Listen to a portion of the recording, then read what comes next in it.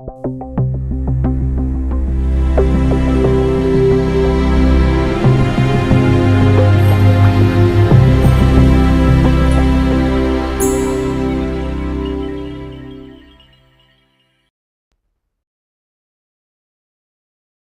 bien. Seguimos con el estudio acerca de las pruebas clásicas e históricas.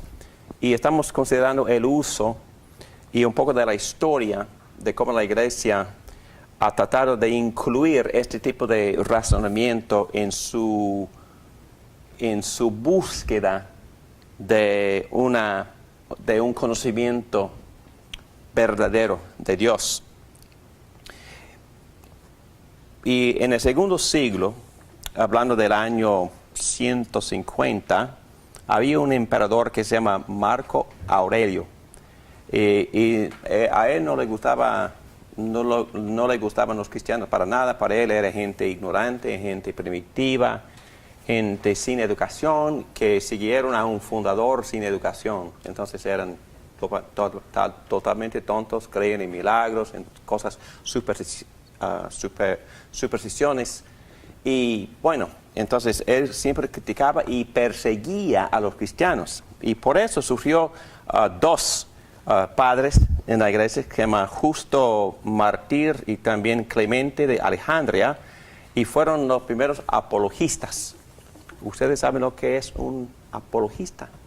Apología no quiere decir I'm sorry o perdóname o lamento mucho que hice eso. No, apología quiere decir defensa.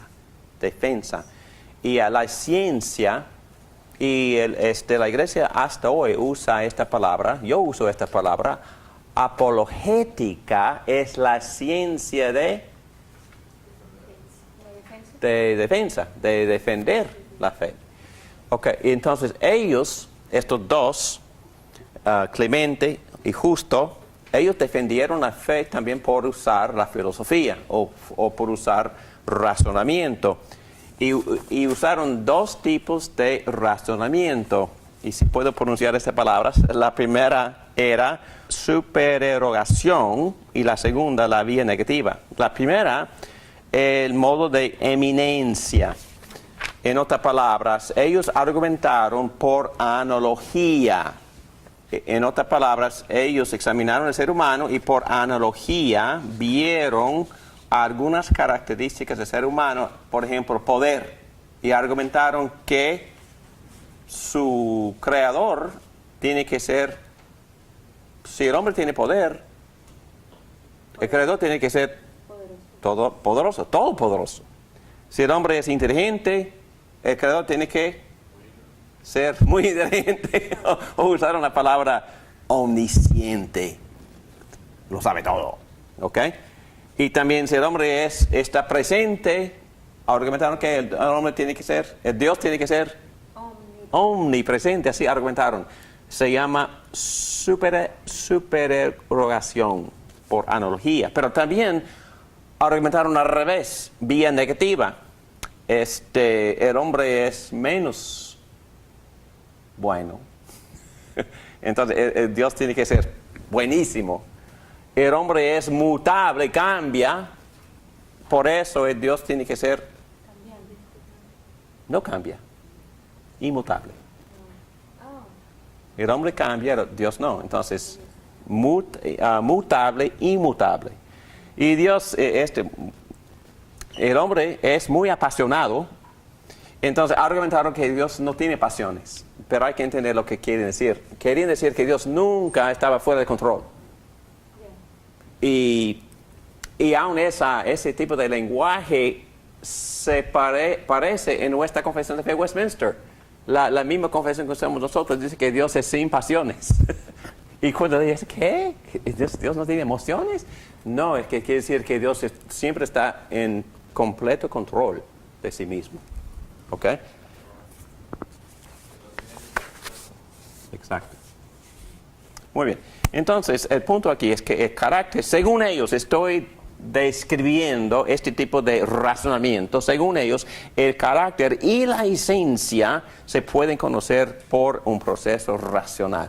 fue su argumento. Ok, ahora vamos a ir a página 19. Aquí arriba, características. ¿Características de qué? De este tipo de razonamiento, de este tipo de teísmo clásico. Y teísmo, recuerda que usamos la semana pasada la palabra deísmo. ¿Qué quiere decir esta palabra? Deísmo. Que está apartado. Apartado, que quizás existe en Dios, pero está fuera, distante. Es otro, es que enfatizaron tanto la trascendencia que ya no me interesa. A Dios. Dios. A Dios no le interesa su creación. No viene, no se mete, no se involucra. Eso también son los teísmos, el teísmo. Deísmo. Pero aquí usé otra palabra, teísmo. Que teísmo trata de defender un Dios personal que sí se mete, se involucra. Y no necesariamente el Dios de la Biblia, pero por lo menos un Dios personal que se mete, se involucra. ¿Ok? Que tiene control del universo. Sí. Que lo controla. Sí. Pero hay que entender que no estamos hablando en este momento necesariamente del Dios de la Biblia. ¿Ok? Estamos tratando de entrar en el pensar de los filósofos de esa época y también de ver el beneficio o la ventaja o el buen uso de este tipo de razonamiento, sabiendo que no es el mejor. Muy bien. Aquí dice características del teísmo clásico. Correspondencia ontológica. Ya dije que no sirve correspondencia ontológica. ¿Por qué? ¿Por qué no sirve? Porque ontología es acerca del ser.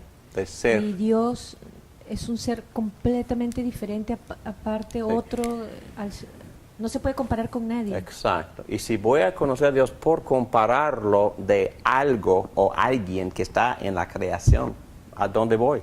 ¿Qué? No hay nada. Entonces, comparación ontológica no sirve. Epistemológica sí, porque yo puedo decir, metáfora, y Dios puede entrar y sí, y fíjate David, ¿ves ese juez muy justo y misericordioso? Así soy yo. No, entonces, por compararlo, pero no estoy diciendo que comparten la misma esencia o el mismo ontos. No soy filósofo, pero leí las notas. Estamos hablando de la línea metafísica. Estamos hablando de una metafísica totalmente distinta en este lado de la línea. Y cuando cruzo la línea, y no la he cruzado, aquí está con un ontos. Totalmente ajeno, distinto, elevado, distante, es un ente. ¿O es otra cosa? Es otra cosa. Okay. Pero Dios sí ha dicho que es muy permisible hacer comparaciones epistemológicas. Dios se puede comparar, ok, entonces poco a poco por compararlo, así como Él me ha instruido en su palabra, podemos. Muy bien, dice correspondencia epistemológica, sí, está bien, perfecto. Distinción, diferenciación, hay que siempre mantener que hay una diferenciación, porque semejanza no es igualdad. Si decimos que semejanza es igualdad, hemos cometido el error de que si identificamos por completo a Dios con lo creado, ese error se llama panteísmo. Sí, entonces hay que mantener, ellos a su crédito quisieron mantener la diferenciación. Muy bien, los hechos de Dios son lo que Dios es. Yo digo eso. Naturaleza precede función, afirmación. Si Dios es el creador soberano y trascendente de una manera que su creación es otro que Él, la distinción creador-creación, entonces su propia persona o naturaleza no puede ser abierta a ser relativizada por la asociación con la creación. En otras palabras, ellos trataron de mantener un concepto de Dios separado de sus hechos. Y la Biblia nunca hace eso. Si tratamos de estudiar a Dios solo en su esencia, eliminando sus hechos, siempre vamos a tener un concepto muy abstracto, filosófico de Dios. Y no vamos a tener una persona, y menos la persona que se ha revelado en la Biblia. Entonces tenemos que, la semana que entra, gracias a Dios, vamos a ir a estudiar otra vez sus nombres, sus hechos, sus atributos. Porque Dios se ha revelado en toda su gloria, en toda su persona, en todas sus palabras, y en todos sus hechos, y en todas sus características, y en todos sus atributos. Porque nos ama. Y bueno, otra vez volviendo al matrimonio, y qué tragedia cuando la pareja llega a 20 años de matrimonio y uno le dice al otro, no te conozco. ¿Quién eres? ¿Qué ha pasado? Es que la persona había dejado a revelarse, se había dejado a comunicarse. Entonces, Dios no es así. Me gusta lo que Tim Keller dice. Para la persona secular hoy en día, para la persona postmoderna, la persona escéptica, y por el gnóstico, el agnóstico, la persona en su mente, él tiene como atributo número 1 de Dios, es un Dios no revelador. Es un Dios que no se revela. Entonces, atributo número 1 de Dios de hoy es que se esconde. Se halla. He hides. Se cubre. Y eso tiene toda la razón. Porque, ¿qué dice el agnóstico? Yo no sé. No puedo, es imposible saber. ¿Dónde está tu Dios? Nunca lo he visto. Nunca ha hablado conmigo. Es un Dios desconocido y no. Es más, su atributo número 1 es que es un Dios que no se revela. Y nosotros decimos ¿qué? Que está gritando en este momento. ¿Qué dice Salmo 19? Los cielos cuentan la gloria de Dios. El firmamento proclama la obra de sus manos. Un día comparte al otro la noticia. Una noche a la otra se lo hace saber. Sin palabras, sin lenguaje, sin una voz perceptible. Por toda la tierra. Por toda la tierra. Y Pablo dice en Romanos 1 que solo por examinar la creación, ¿qué es lo que se ve del Creador? Ya leímos eso varias veces esta noche. ¿Qué sabemos de Dios sin leer la Biblia? Cualidades invisibles de Dios. ¿Invisibles? ¿Qué más? Su eterno poder. Eterno poder. Su naturaleza divina. Naturaleza divina. Y en capítulo 2 su bondad. Y en capítulo 2 también su santidad, porque somos parte de la creación y tenemos conciencia, que nos enseña acerca de Dios, mi conciencia. Sí. ¿Qué me enseña acerca de Él? ¿Qué me enseña mi conciencia? El bien y el mal. Del bien y el mal. ¿Y qué sabemos de Dios? Por la conciencia. ¿Cuál atributo? Pero cuando me siento culpable, ¿Qué me está diciendo mi juez, conciencia acerca de Dios? Es un juez, es justo. Es un juez justo y santo y perfecto. Santo y perfecto, sí. Es que yo sé estas cosas solo por razonamiento clásico. Solo por razonar. Solo porque es muy buena lógica. Observar conciencia. ¿De dónde viene mi concepto de bien y de mal? Porque me aflige mi conciencia cuando no me porto bien. Porque me dicta o me instruye mi conciencia en creer en el mal. Estoy parte de un grupo y vienen muchos escépticos. Y casi todos dicen, no estoy seguro si yo creo en el bien, pero estoy definitivamente creo en el mal. Entonces, si existe el mal, tiene que haber el bien. Y si existen los dos, el argumento clásico dice, tiene que existir también el dador de la ley. Tiene que existir. Porque estamos examinándonos basado en esa ley y también estamos juzgándonos. Yo te juzgo y me juzgas. Y yo tengo un concepto de cómo tú debes portarte.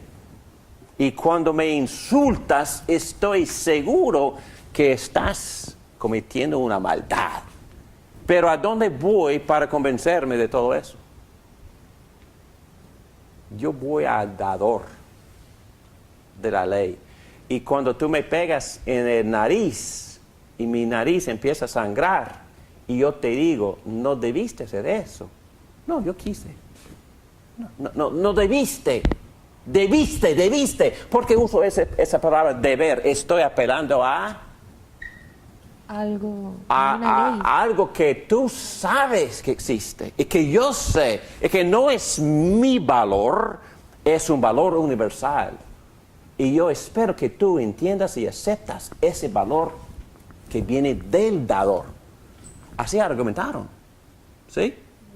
Entonces, son muy buenos argumentos. Pablo usó ese argumento. Ese argumento no es precisamente bíblico. ¿Viene de dónde? Viene de la naturaleza, viene de la creación, viene de los argumentos clásicos. Y son útiles, no son 100% convencibles, pero sirven, ayudan, ¿no? ¿No te ayuda? Me ayuda. Y yo uso eso mucho en mis conversaciones con la gente que la Biblia, puro mito. Ok, vamos a hablar de otra cosa. Vamos a hablar del razonamiento. Y ellos dicen, ese David, eso viene de DNA. Entonces, el ser humano ha aprendido a sobrevivir. Entonces, nosotros, hemos aprendido si en general nos tratamos bien, tenemos más tendencia a poder sobrevivir. Así argumentan a todo el mundo. Mis propios cuñados me presentan ese argumento. Ok. ¿Y cómo respondemos? Clásicamente hablando, respondemos por decir, ¿qué pasa con las personas altruistas? Y se mueren por servir a otro. Y nadie está mirando. Si nadie está mirando. si nadie los ve. Entonces, están asumiendo que Dios no existe. Entonces, ¿por qué harían tal cosa? Si nadie está mirando. Entonces, el altruismo es parte de nuestra respuesta. ¿Pueden tumbar esa respuesta? Quizá, pero ayuda, porque es muy, muy lógico. ¿Ok? Pregunta.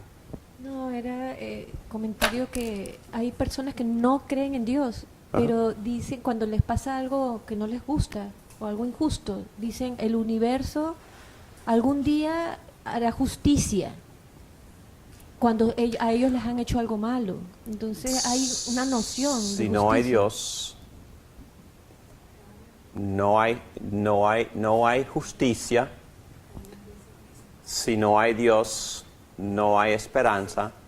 Y si no hay Dios, tampoco los anhelos nuestros no tienen sentido.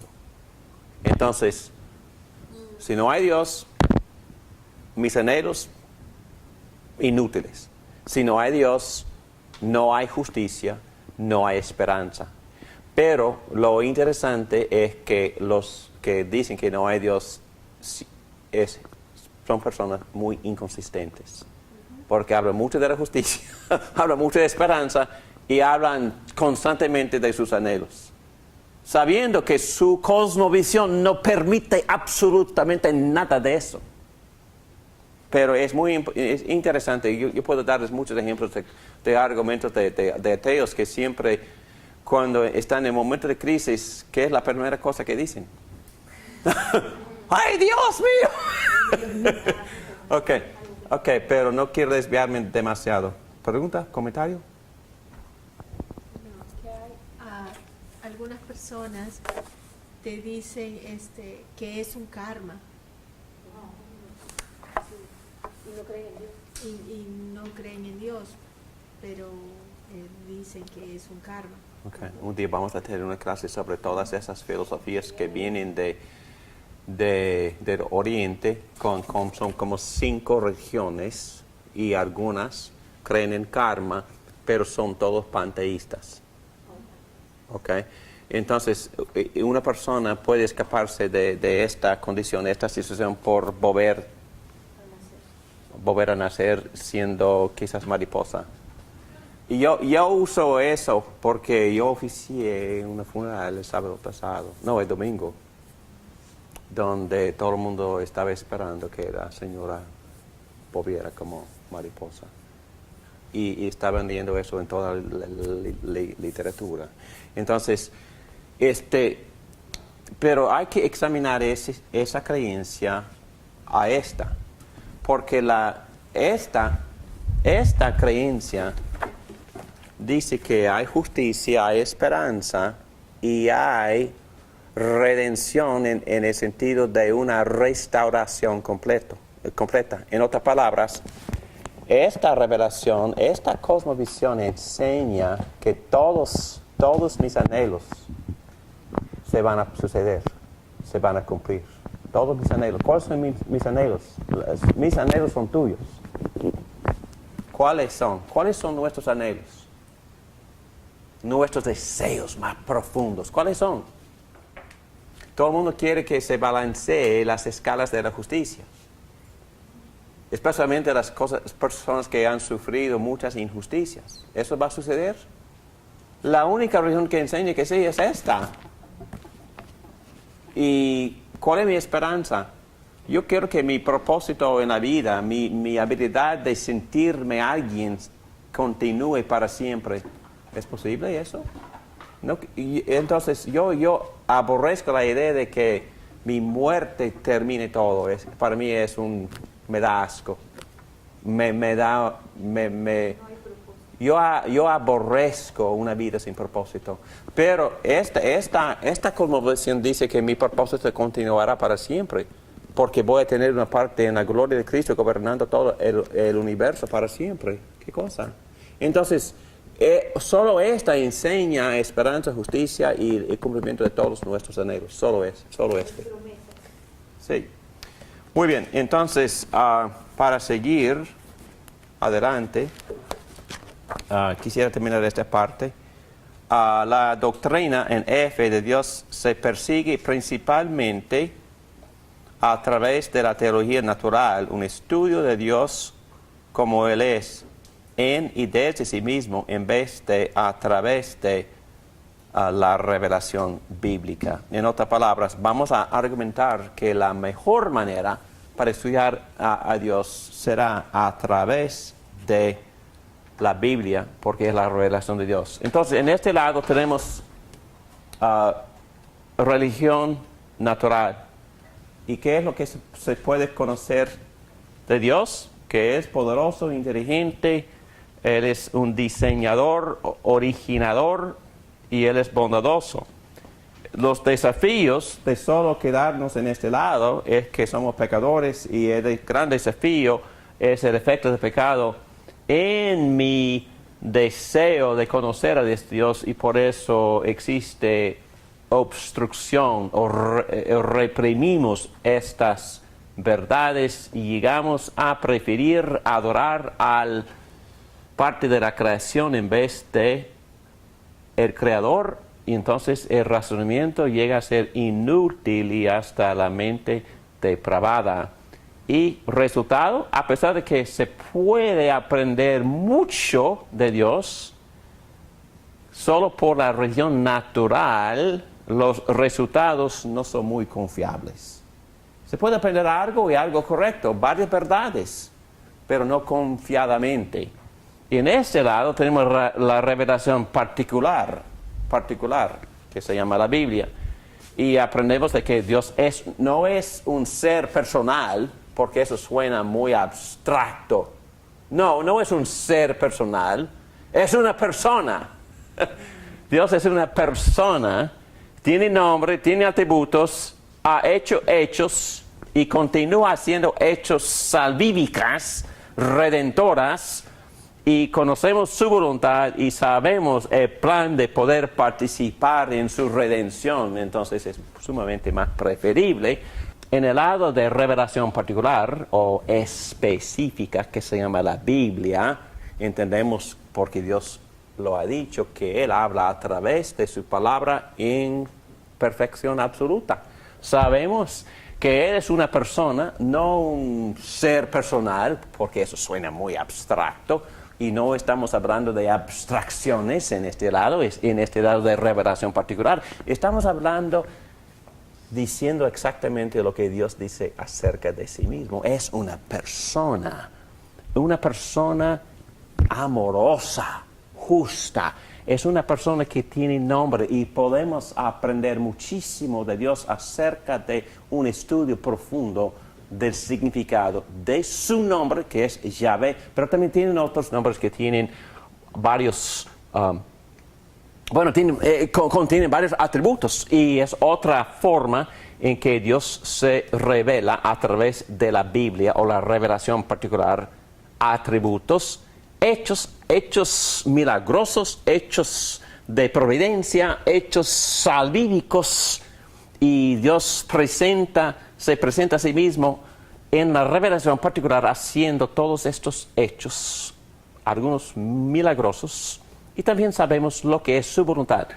No me quedo viviendo en oscuridad pensando qué es lo que Dios quiere de mi vida. No, sabemos lo que Dios quiere de nuestra vida porque Él revela en toda su gloria su voluntad sabia para nosotros en la Biblia, y también obviamente el gran plan de redención, como Dios nos va a redimir, salvar para ahora y para siempre, y también redimir y salvar, restaurar toda la creación. Pero no sabemos nada de esto sin leer la revelación particular, sin leer la Biblia donde Dios nos ha comunicado todo esto, donde Él se ha revelado, porque Él es un Dios revelador.